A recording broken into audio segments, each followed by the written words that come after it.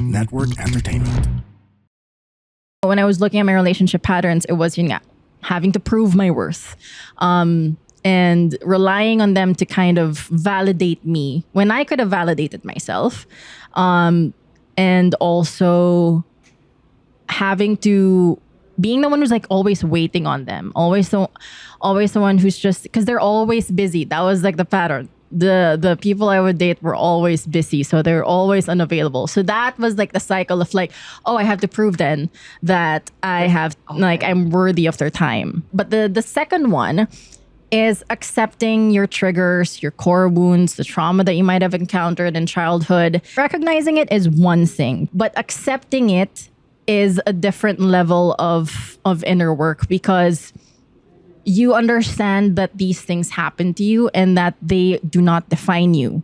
Like, they're not the end game of your life.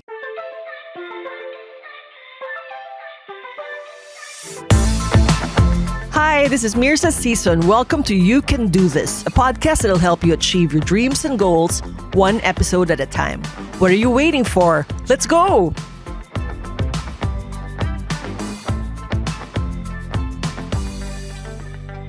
So, shall we bring on the cheese? Bring it. It might be a cliche, especially during this time of year and in this era where the term self-love and self-care are being thrown around everywhere you look.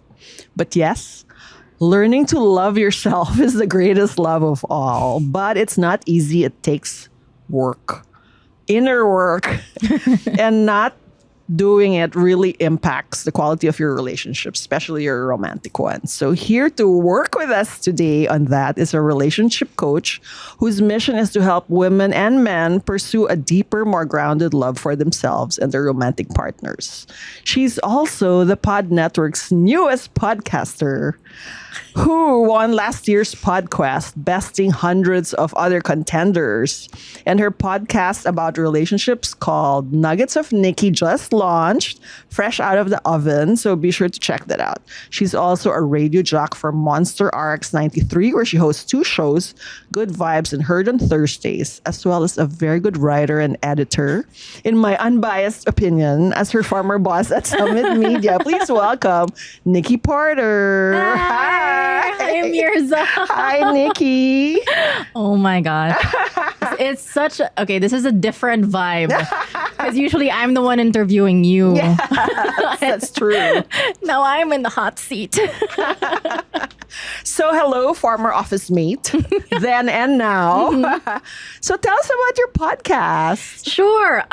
Okay, honestly, I still feel nervous expressing it or talking about it, but here we go. Okay, so Nuggets of Nikki offers bite-sized insights from a relationship coach in training. So I talk about different concepts that could impact your relational life. So even if you're not in a relationship, this can also apply to you. So topics like attachment style, self-sabotage, relationship conflict, inner work, non-negotiables, etc.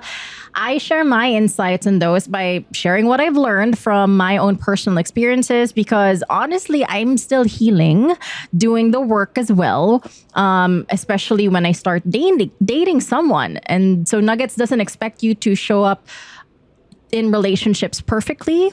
Rather, it challenges you to show up better for your partner and especially yourself in a healthier, more wholesome way. Right. So she's firsthand experience. Yes. So whatever boat you're in, she's been in the same boat. I've been on the boat. I fell off the boat. As they say, it takes one to know one. Yeah. So tell us how you got into relationship coaching. Okay. So I came across relationship coaching back in 2022. Okay. I just started hosting my late night show, in which you were also a guest. Yes, thank you. And most of my guests at the time were also coaches, because for some reason I found it so fascinating the way that they would talk. And a lot of the topics, even if it were different niches, it had a lot to do with the self. Like, it always started with the self. And so for me, I was already in that space that I was like, I feel like I need work. Also because I was reeling from a situationship that ended. And so I thought about maybe I could try and look into this coaching thing. It sounds cool how they're talking about it, or being coaches sounds also cool. But the problem was, and I think that you could relate to this back then, Mirza, like I didn't know what the focus was. Right. I was just fascinated with it. And eventually, because of that whole breakup situation that I was in the middle of, I started consuming content from relationship coaches. And then I realized that they resonated the most with me. And so then I took time to look for a school. I found a school, and then now I'm more than halfway into training before becoming certified. Oh, okay, right. So, are you able to use all those experiences that you had, including that situationship? Oh yeah, actually, was like one of the first things that I talked about whenever we would have calls, because usually we do check-in calls when I was training, and still training actually, and it would come up, and it would either tie back to that particular situation, or even back then in previous relationships that I've been a part of.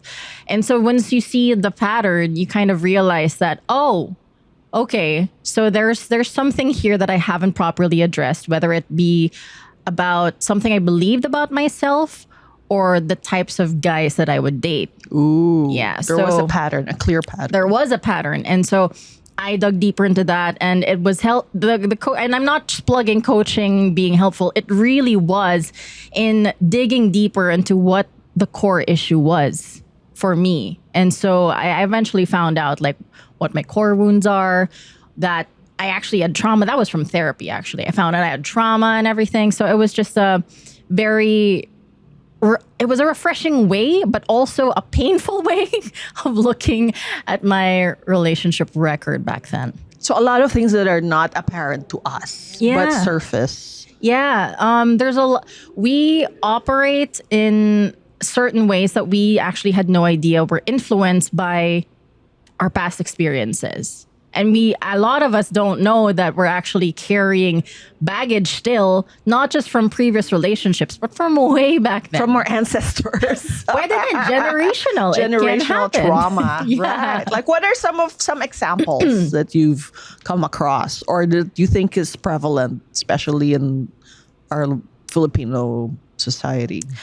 I think from a personal standpoint, I can say I think there's this generation, what was passed down, I think, from my family was anger, like quick to anger. Okay. We were like, there's always this quick reaction to certain situations. And I reflected on that actually last year, and I was wondering, like, I felt like I always felt like this reaction to anger, like whenever I feel like it's out of my control, or I can't expect someone's reaction, or my expectations of them were completely different from how they actually reacted to me. And so like that frustration, like I was really reflecting on it, and I was like, is this really my anger, or is this someone else's anger? Because it's like that can honestly be passed down and taught actually from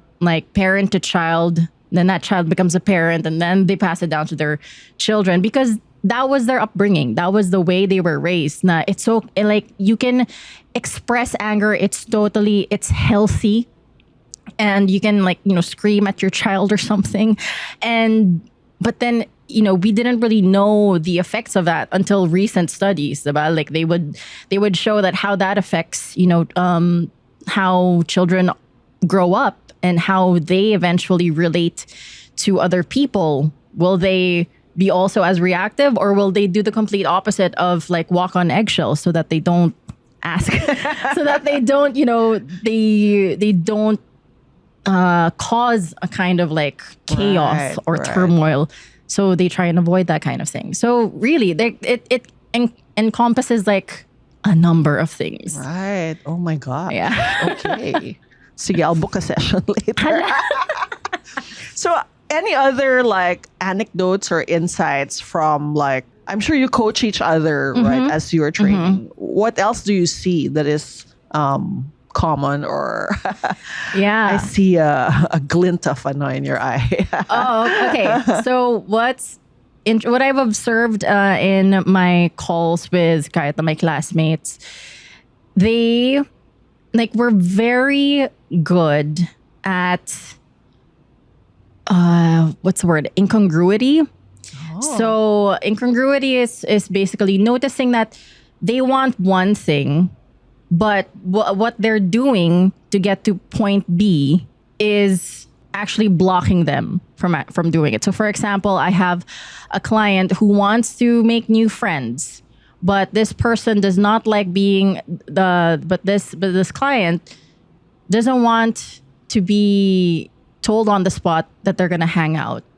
Wants to be told 3 days before, at least like business days. Parang ako yan. 3 to 5 business days. 3 to 5 business days, so that he can, so that they can plan, like what's going to happen and Introvert. everything. Yeah, so kind of an introvert, but also there was a level of anxiety because to meet someone new, the goal was to want to make adult friends, new adult friends, and so for them to put themselves in that spot to meet a new friend, it scares them to kind of get into that with no expectation. It scares them to want to, hang out with that person without having conversation starters prepared.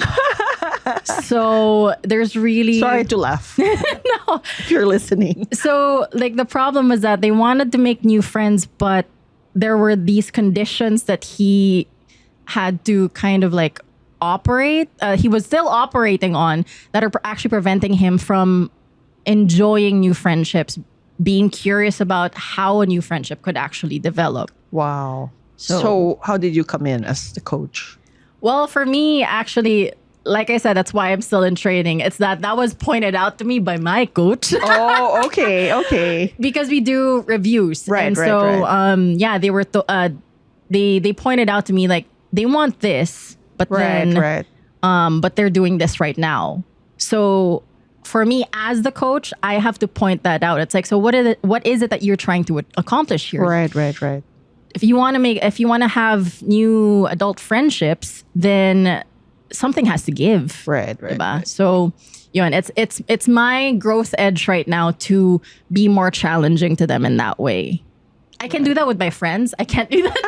I'm learning how to do that with clients. So How yeah. about when it comes to your friends? I'm sure by now all your friends are asking you for relationship advice. What Oh, do man. you see is there like a common problem or a common thread besides the so-called shortage of good men? What's actually interesting is that I haven't advertised to okay. like my outside circle Right, that right. I am going to be I'm a relationship Now they coach. know. Now they know, no choice. Lumabas din in yung podcast. So for me, when it comes to my friends though, I still sometimes they'll come to me with a problem, but I don't approach it from a coaching standpoint. Right. Unless they want to be coached. Then that's where I step in as a coach or like But from what you can see from the stories that they tell you or what you observe, is there like a common relationship dilemma or dating dilemma that pervades? Pervades. I think a lot of it has to do with communication. Because it's always like my partner doesn't do this, my partner doesn't do that. Right. And you want them to do the things that you're complaining about. Expectations. Yeah, you have these certain expectations. So number one, have you actually addressed that? But again, addressing it in a way that is not in a confrontational way, right? And it's not just culturally. Yes, we are non-confrontational as Filipinos, but to be able to invite them to that space first. Hey, can we talk about something? And then address it in a way that's like, so when I don't hear from you in the morning, it makes me feel like I don't feel valued or that you've forgotten about me. And and I love you. is it possible for us to have like this a ritual of kind of just like checking in with each other in the morning, Right. and then just see how that works with them. Fingers crossed, it works with it works with your partner. But it's kind of those small. Sometimes they're small. Most of the requests are very small. Most of the problems are actually can. I love you, but how can you not see that the dishes are Yeah. piling up and it's your job? Exactly. So you just explode because there's no communication. There's no communication, or there's no or it hasn't been taught, or you're not aware of like how to address these things, because more often than not, and Esther Perel actually says this, like I love her. It's not really about the dishes. Yes. Eventually, there's always something deeper at play if eventually you blow up in that sense, because it's piled up over time if you don't talk about it. So Right. that's why checking in with your partner is something that is important that you have to do. And it's okay if it starts out awkward. Okay. But over time, it's the same thing with being a coach. Like over Yeah. time, it Yeah. feels awkward at first coaching somebody, but over time, you get used to it. You get more comfortable in communicating with each other once you get that groove of like checking in with one another. It could be a weekly thing, which is actually the recommended time. Right. Work talaga. So Now, let's get down to work. What is inner work? What does it entail? oh my gosh, inner work. It is. I was looking actually. I researched it. I was like, what? Okay, what is it? Nga? So I looked it up, and it actually said that inner work is self-management. It's self-management for like if you want to stop there, you can actually stop there. But to expound further, it's a self-management of your thoughts, your emotions, your beliefs, your behavior to pursue the healthier, authentic version of yourself. Now, inner work does not necessarily mean it directly that you're doing it for relationships. Mostly you're doing it for the relationship within yourself. That's why you're doing it, because you want to be happier. You want to make healthier choices, decisions, reactions with the people around you. And so for you to invest your time and effort in discovering the parts of yourself that you don't even want to look at, Right. then that's something that will eventually have a ripple effect with the people around you, with the decisions that you make in life as well. So when it comes to inner work, how aware are most Filipinos and Filipinas about it? Or do they even know that it has to be done? I would err on the side of it's not a popular concept. Right. Last year, I did speak to mental health professionals. Inner work is closely related to the mental health realm. Yes. So I spoke to mental health professionals in my late night radio show, and it's the same thing with mental health, that there's still a stigma around it. When you think of inner work, people are gonna be like, "Oh, what?" Like Yeah. you either cringe at it. It's like, "What the heck is that?" Or it sounds woo. It sounds woo-woo, exactly. So people are at first averse to the whole idea of inner work.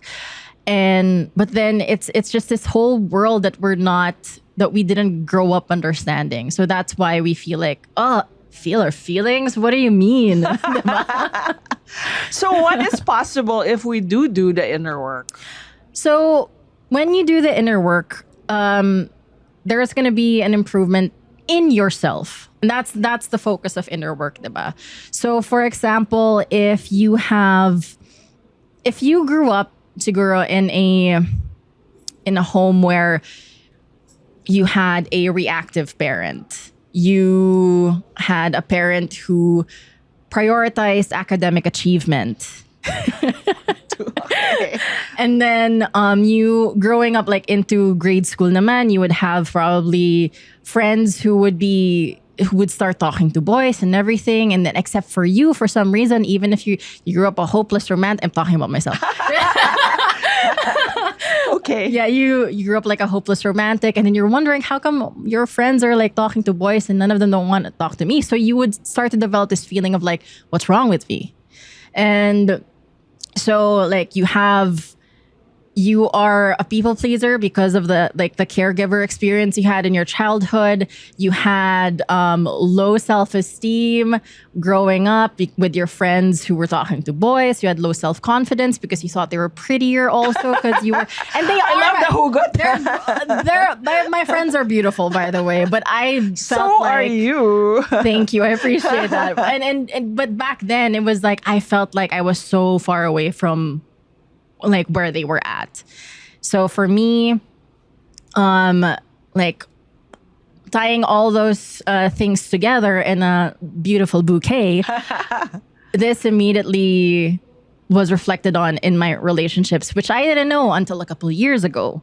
So people pleasing, for example, I not necessarily wanted to keep the peace in a relationship, but then it was like I would be the one to make plans. I would be the one who would adjust to their schedule. I would be the one who would check in with them if they don't hear back from them, etc., etc. So it was always putting myself I was always just being that one person. It felt like a one-sided relationship, but then you're like, no, I can fix this. So ever the caretaker, Yes. even from childhood until adulthood. Yeah, so it was just really something that I had to reflect on. I had to shift, of course. And so for inner work, how that showed up for me, or how that showed like how I experienced it, was when I was in a relationship, in reflection of like what my experience in the past was with childhood, was that I had to work hard to earn love. Hi, guys. We are the Eavesdrop Podcast. My name is Francesca. My name is Jelly. This is Delamar. This is Jude. What's up? Yeah, and we are inviting you to check us out, your fellow TPN podcast. And if you want to learn more about life, what's happening around us, you want to know about love, healing, this is the podcast you should be listening to. Eavesdrop, eavesdrop, eavesdrop, eavesdrop. Sometimes we get drunk and do the show. Those are the fun ones. Like today. Ooh, why? Who's drunk? Like right now. You're red as a bug. Am I? Eavesdrop, please catch it. 4 hosts going crazy. You'll have fun. You'll cry. Everything else. So please check it out. The Eavesdrop. Only on the Pod Network. And if I stop working hard and if I don't do what they say, then that love could be taken away.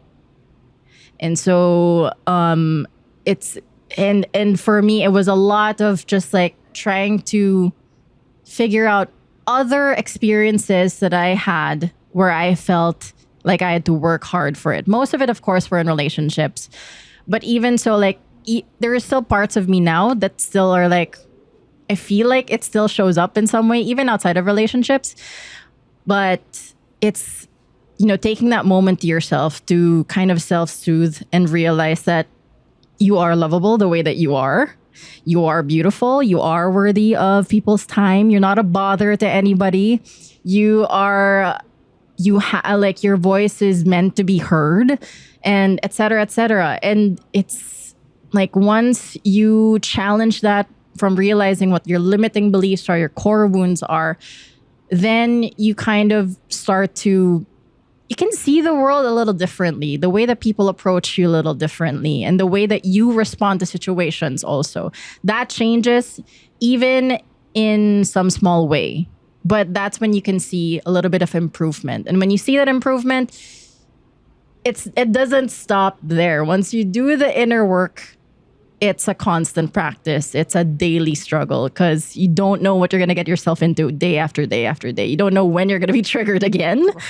So, yeah, it's difficult to decide because you're not going to stop doing the inner work.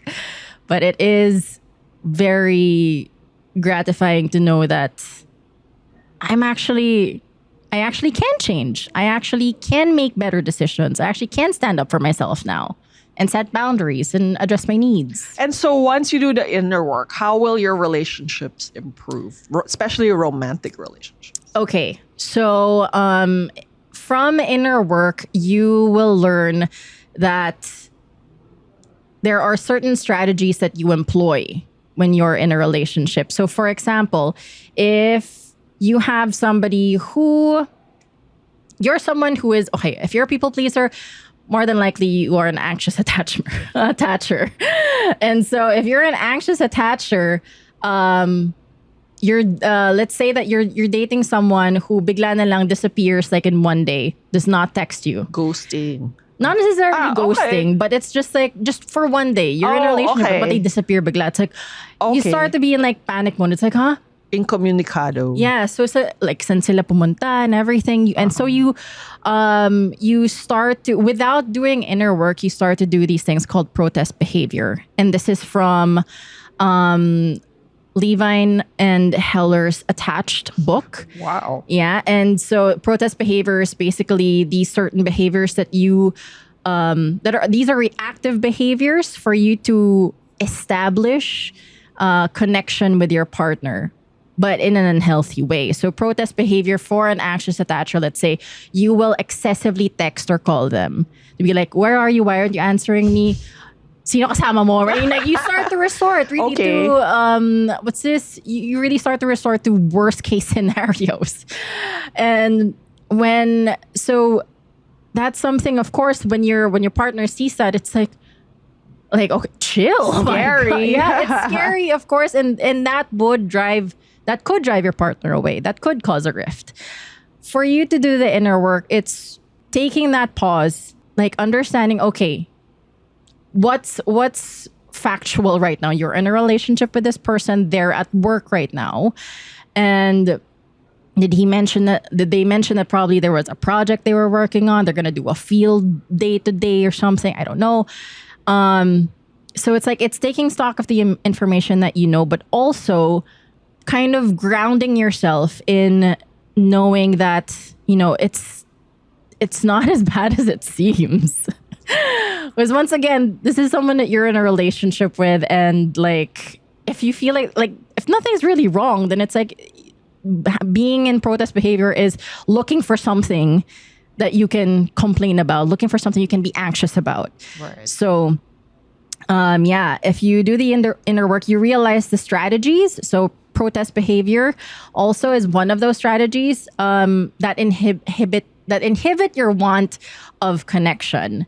So one thing that you can do, for example, if that happens, you don't hear from your partner, you can self-soothe, ground yourself, and then eventually you can text them when you're in a much calmer state. You could say something that can establish connection. Because for me, like how I think about it now is, do you want to create a rift or a bridge? So creating a rift is basically resorting to those protest behaviors and those strategies for your self-preservation without protecting the relationship that matters. Building a bridge is you wanting that connection, because usually protest behavior, the bottom line is what you want: connection, but then the way that we express it is in such an unhealthy way na parang hindi mo papansinin, you're gonna give cold shoulder to this person kasi galit ka, when in reality it's like you want to fix this, you want to figure things out. Right. So you realize the strategies that inhibit your want of connection, because if you don't do the inner work, you continue to apply those strategies that fosters a me versus you mentality instead of an us and a we kind of mentality. Like, how can we fix this? It's not a you versus me. It's like, I'm not fighting you. We're Right. fighting this particular issue at hand. Or fighting yourself. So we will build the bridge when we get there, but first we will do the inner work. And you have 5 steps for us that Yes. will teach you to love better. Yes. Okay. So Number 1. the first one is to own and reflect on your relationship patterns. So this is the first thing that I had to do. And this all came up when I started reading content also about attachment styles, relationship conflict, etc., etc.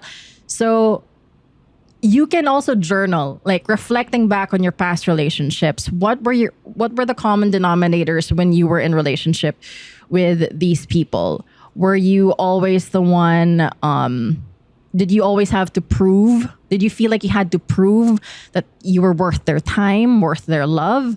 Did you have to be the one to make all the plans all the time? Were you the one who started fights? Were you the one who was reactive? Like all of these things, like write it down. And I know it can get uncomfortable because then once you realize the patterns, you can see that I'm the problem pala. You have to be honest. Yes. Even if tingin mo, kontrabida talaga yung partner mo. Yeah, I mean, for There's example, always, diba? Yeah, if it's always a two-way street. if it's an abusive relationship, of course, yes, that's a completely different situation. But not in relation to abusive relationships. Like if you guys broke up because they cheated on you, if they broke up because you guys just grew apart or someone had to move to another country, etc., etc., then you can kind of take stock in like the patterns that you had. Can be good. You can also write down the good patterns that you've had, but focus more on like what were the weaknesses in your part that maybe caused the demise of that particular relationship or those relationships. So for me, when I was looking at my relationship patterns, it was having to prove my worth. And relying on them to kind of validate me when I could have validated myself. And also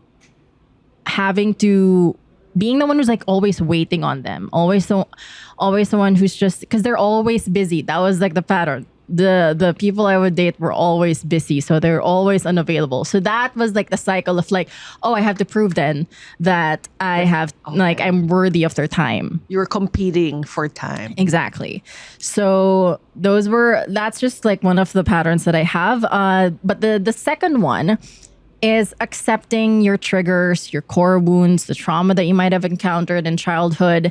And I say accept and not recognize, because recognizing it is one thing. To be aware of what your core wounds, trauma triggers are, it's one thing. And it's good to recognize it.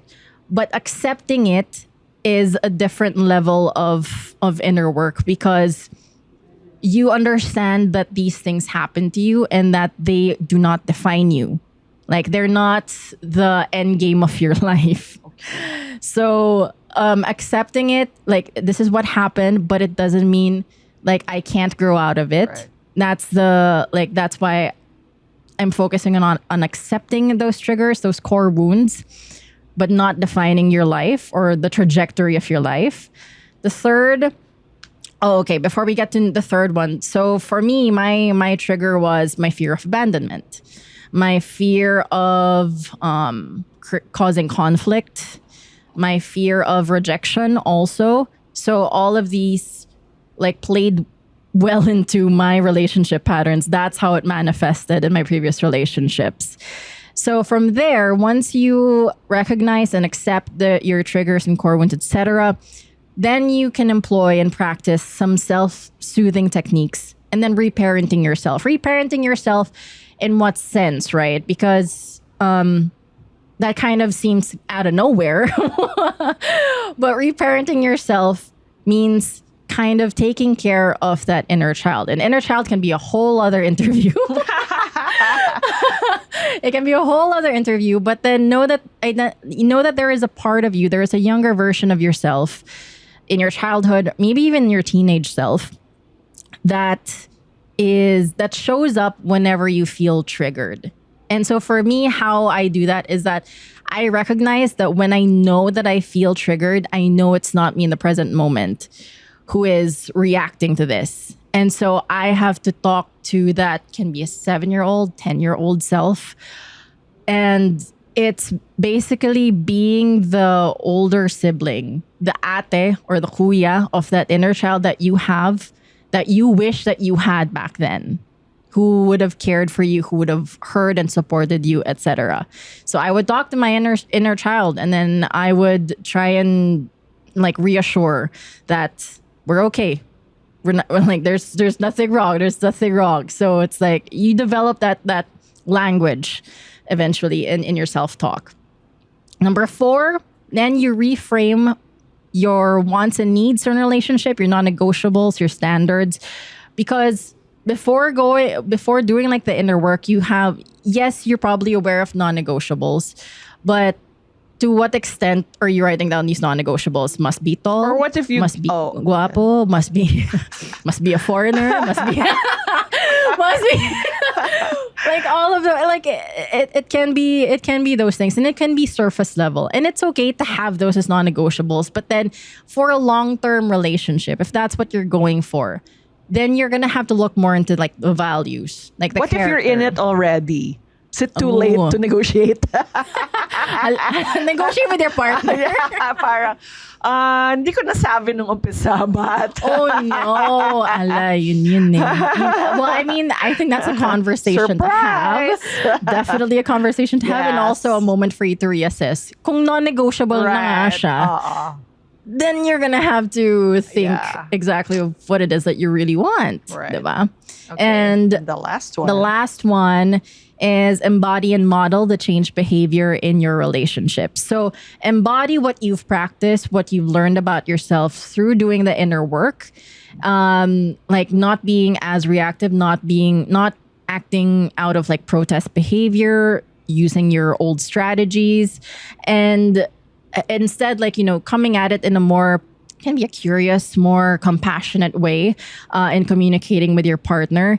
And the second part of this is model the changed behavior, because you can't change your partner if you want them to do the inner work also. Do you know how frustrating that would be? So it's patience on your part to model it first, because hopefully over time, they start to see how positively it impacts the relationship. So, for example, if he's always late and you feel like he has no regard for your time, how can I model it if I'm always on time naman? Diba? Well, I mean, and like, that's a conversation that you could have again. Right. So it's like, honey, I love you. I love that we get to spend a lot of time together and that we get to watch these concerts. But I really want to see like the trailers. I really want to see like the opening act before we when we get to the venue. So is it possible for us to like arrive there maybe 30 minutes before or something? Like try and come up with a way that isn't attacking them. Are you listening, Andre? Listen to Nikki. Okay, wow. So after all the things that you've said, if there's only one takeaway that the listeners can bring with them after listening to our conversation, what would that be? I would say one thing that you can just remember, the way to move forward in life is to go inward. Love that. You want to, and this applies outside of relationships also. Yeah. If you want to achieve something else in your life, but then you have all of these limiting beliefs about you, go inward. And then from there, you'll realize na parang, I'm capable. I can do this pala. Right, and then you from can there, do you make this. the right, and then you make the better decisions that you need so that you can, set off in the trajectory that you want in your life. Right. Same thing with your relationships. So if you want to have a more fulfilling relationship, something that could sustain like for the long term talaga, then really look at the things that you can work on. And yes, there's always something that you can work on. It never ends. Yes. And and commit to that, and then commit to improving that relationship with your partner, and then see where that goes. But ultimately, it's just inner work focuses solely on you, but then it creates a ripple effect with your relationships moving forward. To go forward, look inward. Thank Yeah. you so much, Nikki. Where can people listen to you even more? Yes. So you already know my podcast, Nuggets of Nikki. So yes, do give it a follow or subscribe. Which one is it? To stay up to date with the episodes. And for my socials, it's Nikki Porter with 3 R's at the end on Instagram if you want to know more about my personal life. And also her hot tub bakery. Yes. That is. She is a baker too. Yes, that's also a social you can follow. Yes. And you can catch her at the Salcedo Market Yes, every that's right. Saturday. Every Saturday, 7 a.m. to 2 p.m. And she bakes bagels, cookies, and other confections. Thank you so much, Nikki. Thank you, Mirza. Oh my gosh. Wow. I survived. Yes, you did. All right. Thank you. Bye. Thank you for listening to You Can Do This. If you want to know more about me, visit mirza.com. That's MYRZA.com. And follow me at Mirza Season on Instagram, Facebook, YouTube, TikTok, Twitter, and LinkedIn. If you like this episode, please don't forget to rate it 5 stars. Hit the follow button on your podcast streaming platforms and hit the notification bell to get alerted every time we release a new episode. Catch you at our next convo, and always remember, you can do this.